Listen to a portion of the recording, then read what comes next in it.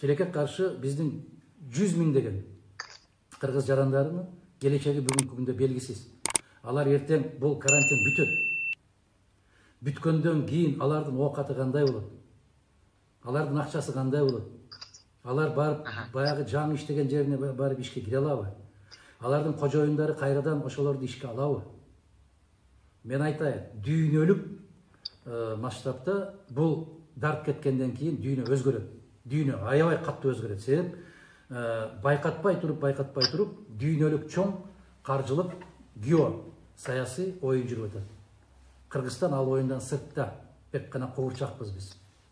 Шергази мырза, мен ушуну азыр эсиме келип кетти да, 70-жылдары мына Жалал Абад областы менен Ош областынын ортосунда Кемпирабад деген суу сактагыч бар. Ошол Жалал Абад менен Оштун ортосунда, Сузак району менен Өзгөн районунун ортосунда. Анын төмөн жагы Өзбекстан. Ошол Өзбекстанда аябагандай катуу чоң соода базары бар эле. Азыр деле бар. Ошол жерге 4 шылуун барат дагы, 4 жерден туруп алып айтат. Кемпирабад суу сактагычынын дамбасы жарылып кетиптир. Суу каптап келатат деп кыйкырышат. Эмелесет беле? Аябай ошол жанакы жердеги базардын ичиндегилердин баары кызы чуу болуп, бүтүндөй оокаттарын таштап качып чыгышат.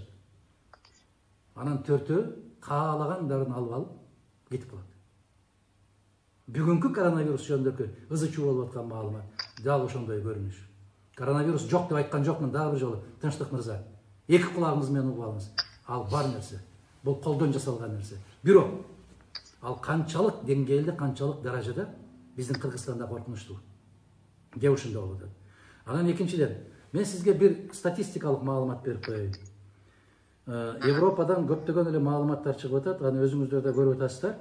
Мына ушул жалган маалымат, жалган фейк деген маселелер чыгып атат. Эми караңыз, мына ушул 20-жылдын башынан бери акыркы 2 айдын ичинде ушул тажылуу вирус дегенден каза болгондордун саны дүйнө боюнча 14.687-ге жетиптир.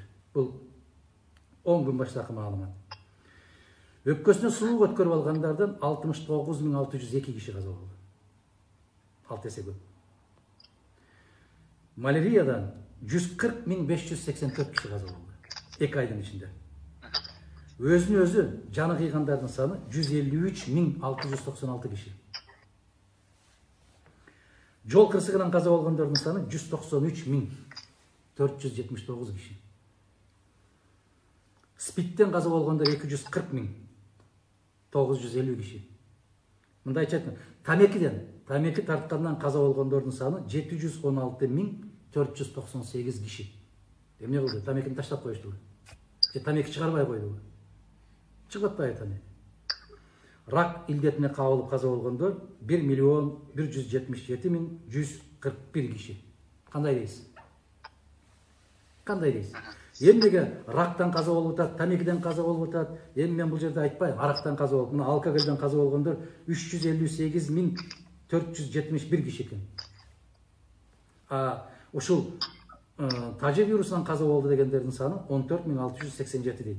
Эмне дейсиз? Кандай дешибиз керек? Бизде Кыргызстанда жанагындай бул мыйзам ченемдүү көрүнүш деген табигый көрүнүш дегенимди доктор мырза, илимдин доктору мырза айтыптыр, бул деген кыянаттык дегендей. Жок, мыйзам ченемдүү көрүнүш деген нерсе жылдын аягынан баштап сөзсүз ар бир мамлекетте киши каза болуп турат. Аны токтото албайсың. 80ден өткөн, 90дон өткөндөр каза болуп турат. Бирок ошолордун баарын тажылуу вирустан каза болду деп кыйкырыштын кажети жок деп атам. Түшүнөсүзбү? Биздин Кыргызстанда мына азыр 2 киши каза болду деп айтып атабыз. Аллах сактаган болсун. Ким далилдеп берди дагы? Эгерде биз баягы ооруп калып анализ тапшырганы барган болсоң, биздин мамлекеттик дарыгерлер айтат. Баягы жолдомо жазып берет. Баланчы деген менчик лабораторияга барыңыз, бизде андай аппарат жок дейт. Жөнөкөй каныңды анализ ала албаган аппараты жок Кыргызста. Коронавирусту аныктай турган аппаратты каяктан алды, айланайын садаган. Кайдан алды? Анан жанагы Ноокат районунда 3-өө уjuktуруп алыптыр дейт. Коронавирус эмне? Жердигине карап тиер экен. Бир учакта келген болсо, Бул ноокаттыктар ушул жерде отурат экен, анан сузактыктар бул жерде отурат экен деп тандап барып тийип турбайт. Анан ошол тажылуу вирус менен деп шектелгендердин баарын башка мамлекеттер дарыканаларга жаткырып аткан болсо, ооруканаларга, биздикилер барып чайканага жаткырып атат. Чайканада жатып, эң соңку жолу умрада жуундум эле деп кече өзбек аял ыйлап атат. 11-мартта жуунган бойдон жуун элекмин. Же бул жерде дааратканасы жок экен, же жууна турган жери жок экен, же бизге ийне сайган киши жок, же бизди караган киши жок деп ондогон кишилер ыйлап какшап атат. Калп бар.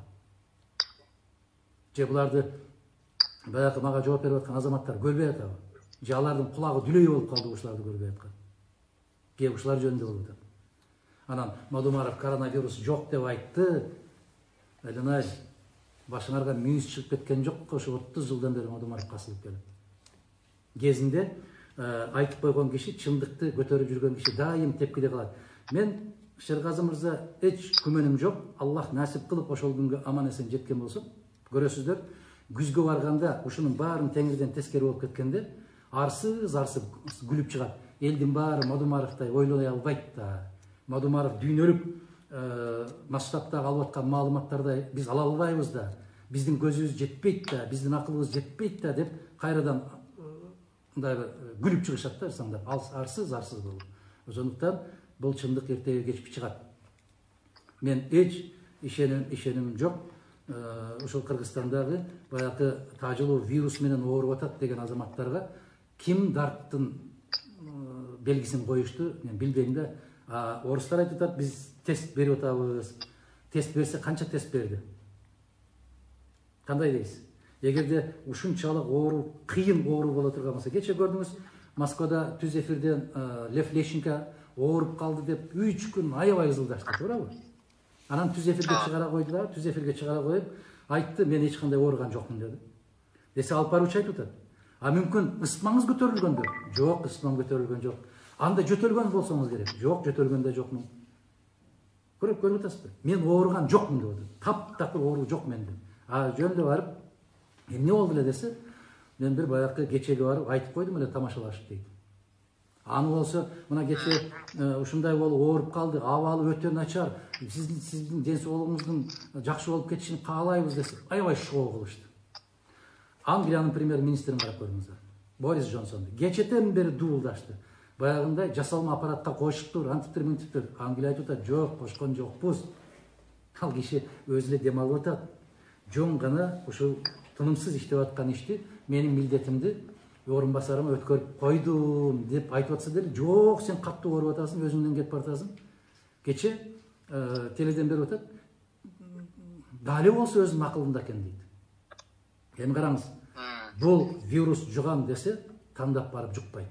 Биринчи чоң кишилерден жуккан вирус бул Канаданын премьер-министринин жубайы, туурабы? Трюдонун жубайы. Ал эмне Ош базарына келип, картошка сатып алганы келип жуктуруп алдыбы? Кайдан жуктуруп алды? Же Германиянын жетекчиси Меркель. Ал эмне Дордой базарына келип шың сатып алып жуктуруп алдыбы? Жугат десе, бул жуга турган жерде барып жуга берет. Анын дабасы, анын ар кандай дарттын дабасына жараткан өзү кошо берет. Бул чоң бир мындай бир оюндар. Эми сиз айтып өттүңүз ушундай